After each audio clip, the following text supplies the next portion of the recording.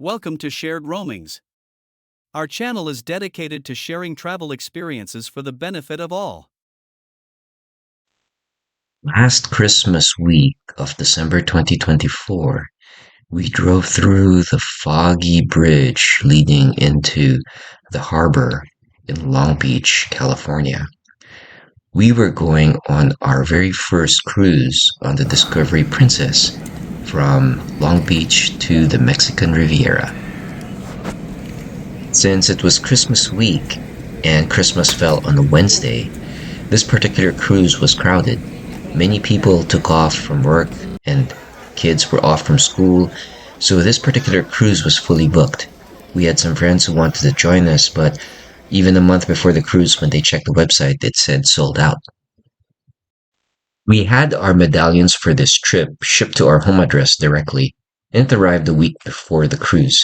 So by the time we got to the end of the line where they checked our passports, they allowed us to board the gangway pretty much right away. In this video, we want to share some of our personal experiences on the Discovery Princess.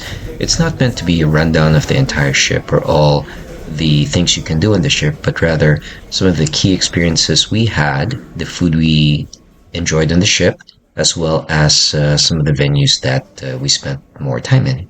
Hopefully you enjoy and find this useful in case you ever consider sailing on the Discovery Princess. For those of you who are interested to know how much this cruise cost, I wanted to mention that this was part of a casino package offered after I did my first cruising with the Sun Princess, and I did another video about that.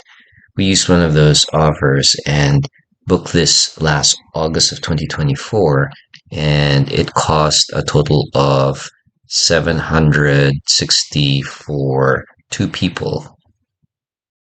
What was nice about that particular offer is that it included a mini suite as well as the Princess Plus package, which covers free Wi-Fi for both passengers, as well as unlimited non-alcoholic drinks and up to 15 drinks a day for alcoholic drinks for up to about $15. So it was a pretty good deal. Oh, it also covered gratuities, so there were no extra charges for gratuities for us in this trip.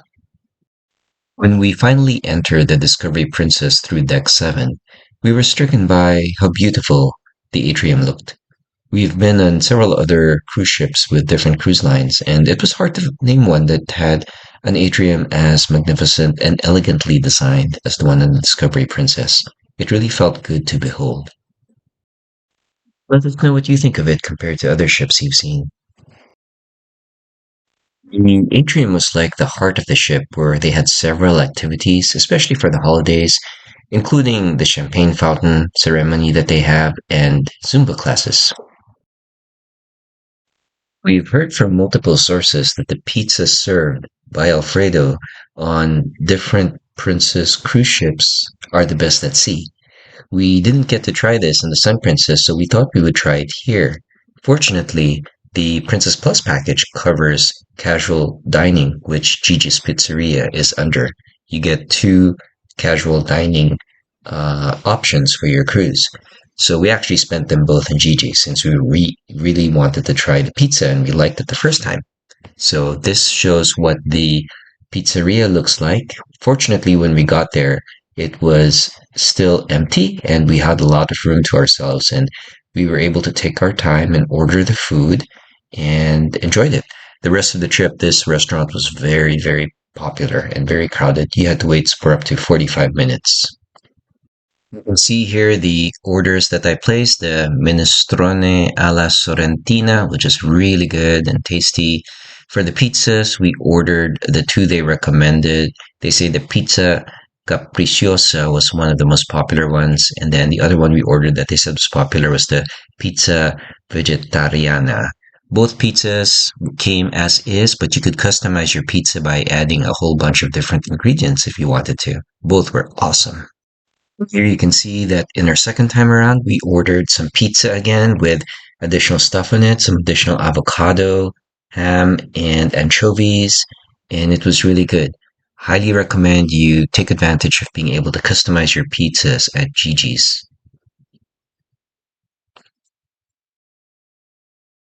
Of course, for dessert, an Italian tiramisu, which is really nice and creamy.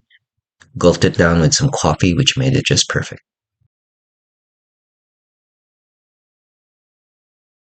Now for the main buffet, which was on deck 16. Here we walked around, and most of the buffet area looks like what you see in other ships. However, they did have this special area that was dedicated to desserts and to juices as well as to coffee.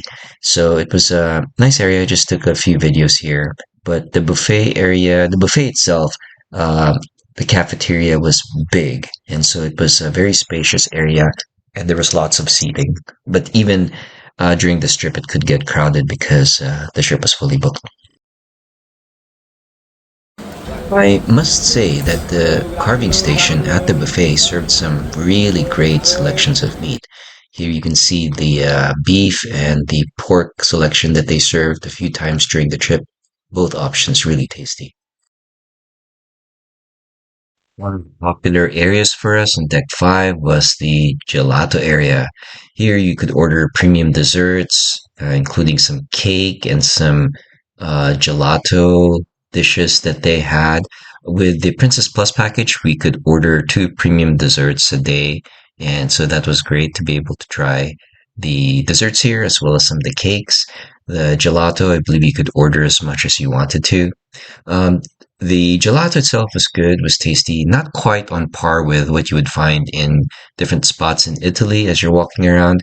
The cakes, we tried them and we found them a bit dry, to be honest, not the sweetest cake. So if you wanted to try them, you could try them for fun, but I wouldn't necessarily order too much of them. Here you could see a bunch of people lined up at the catch to book their specialty dining for the week. Here we had some carolers on embarkation day right in front of the Crown Grill bar. mga private people.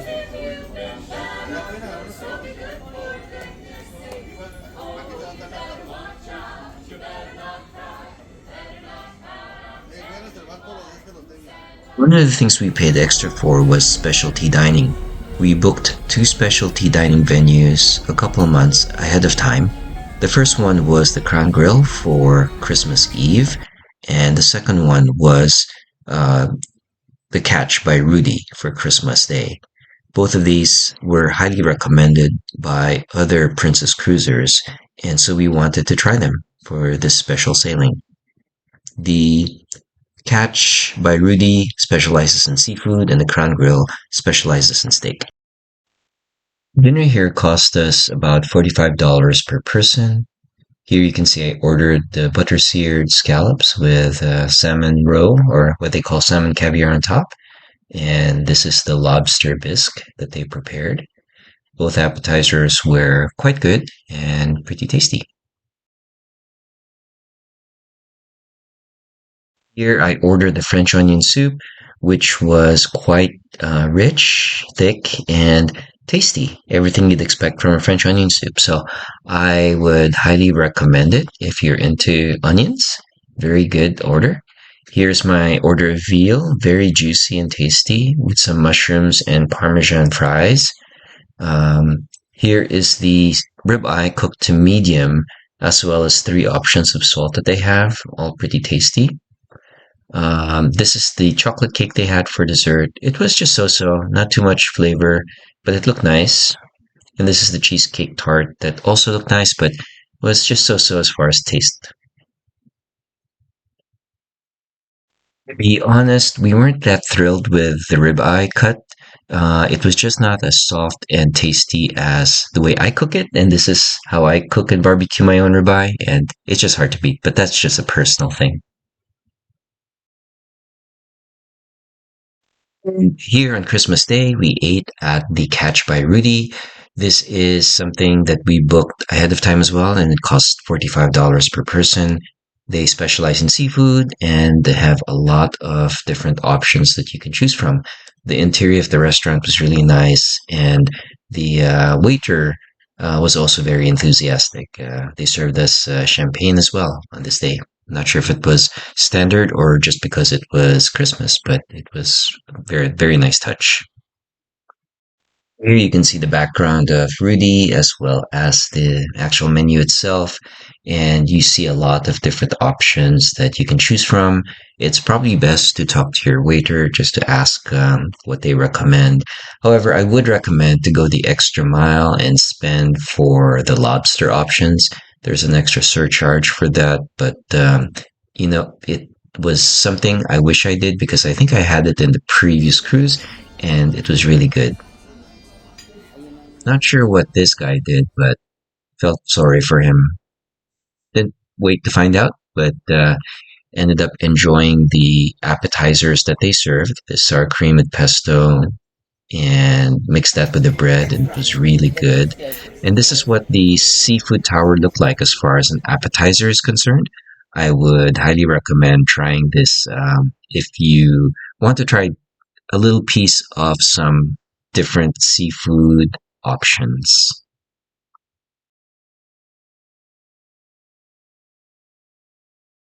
The other appetizer here is the duck liver pate. It was okay.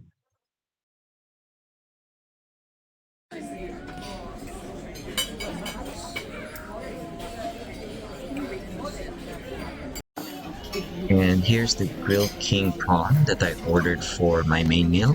It's one prawn, one full prawn, and like two prawn tails. Yeah, it was okay.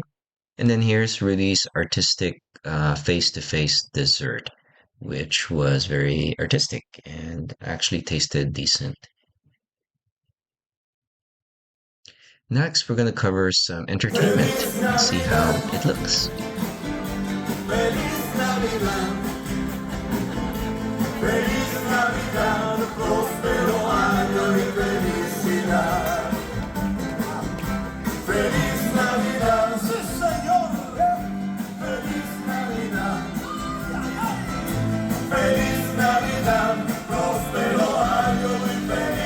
Overall, entertainment was great on this Discovery Princess cruise.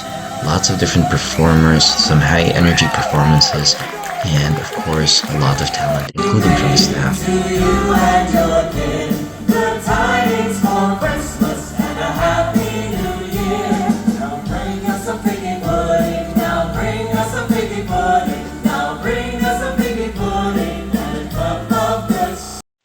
Of course, part of the entertainment included magicians and illusions.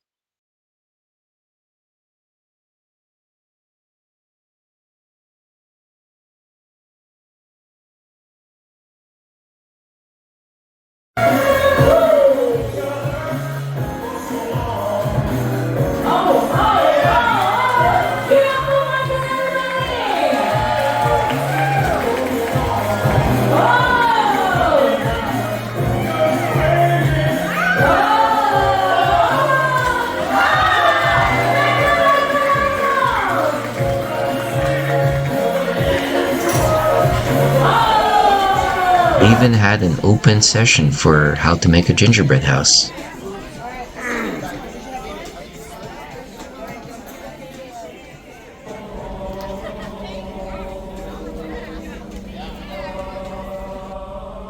On a more solemn note, they also broadcasted the live Christmas Eve Mass from the Vatican.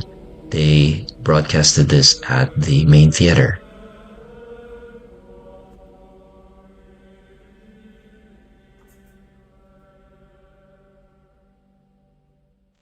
Area I spent a lot of time in was their gym. It was open 24 hours, was very complete, and great place to burn all the calories from all the gelato, specialty dining, and buffet food. The Discovery Princess had a casino, and they just call it the Princess Casino. It was a pretty complete casino. It had all kinds of games in it, from craps to blackjack to flush to variations of different poker games and roulette. Um, Many people could come in and find different games they could play with on tables. They also had a whole bunch of different slot machines. So I'm not as familiar with slot machines, but a lot of different choices that are there are also the ones that you would find in Las Vegas or other casinos. So if you like to court lady luck, this is a nice place for you to try and do that. I mentioned I created a video previously about how you can get free cruises when playing in the casino. It's good to know what the rules are and what the levels are. Like, for example, here it shows the different offers based on how many points you earn when you play. I would recommend you talk to the casino host or assistant casino host to find out more about that because a lot of cruisers will play and not realize that they earn credits that they could redeem on the same cruise or for a future cruise. So please make sure you maximize that benefit if ever you spend time in here.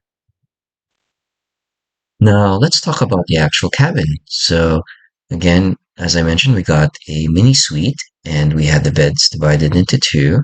There's a living room area in the mini suite where they have a sofa and a desk, and their living area and the bedroom have their own monitors, and there's a curtain that can divide both rooms.